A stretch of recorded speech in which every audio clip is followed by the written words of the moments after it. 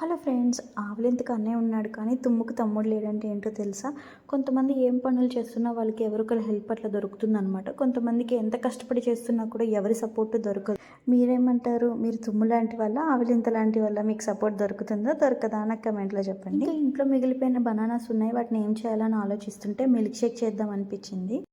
Dates ఉన్నాయన్నమాట. డేట్స్ని బాదం పప్పుల్ని నేను నానపెట్టుకున్నాను కొంచెం సేపు. డేట్స్లో సీడ్స్ తీసేసాను.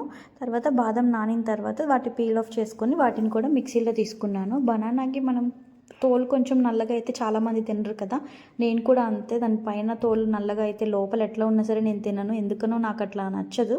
మీకు కూడా అలానే అనిపిస్తుందా? అనిపిస్తే నాకు కమెంట్లో అయితే చెప్పండి. నాలాంటి వాళ్ళు ఇంకా ఉన్నారో లేదో చూద్దాం. వాటిలోకి నేను కొంచెం పాలు తీసుకుని డైరెక్ట్గా పచ్చిపాలు వేసుకున్నాను. కొంచెం హనీ కూడా స్క్వీజ్ చేశాను. తర్వాత ఇది మొత్తాన్ని మిక్స్చర్ని మిక్సీ పట్టుకున్నాను. చాలా మెత్తగా గ్రైండ్ చేసుకోవాలి. మధ్య మధ్యలో మనకి ఖర్జూరం కానీ బనానా కానీ మొత్తగా స్మాష్ అయిపోతేనే బాగుంటుంది. బాదం పప్పులు మనకు తగిలినా కూడా కొంచెం బాగానే ఉంటుంది, నో ప్రాబ్లం. తర్వాత నేను గ్లాస్లోకి ఐస్ క్యూబ్ వేసుకొని మిల్క్ షేక్ని అందులోకి తీసుకున్నాను. టేస్ట్ అయితే నెక్స్ట్ లెవెల్ ఉంది. ఎనర్జీ డ్రింక్ కూడా చాలా బాగా పనిచేస్తుంది డేట్స్ వేసాం కాబట్టి.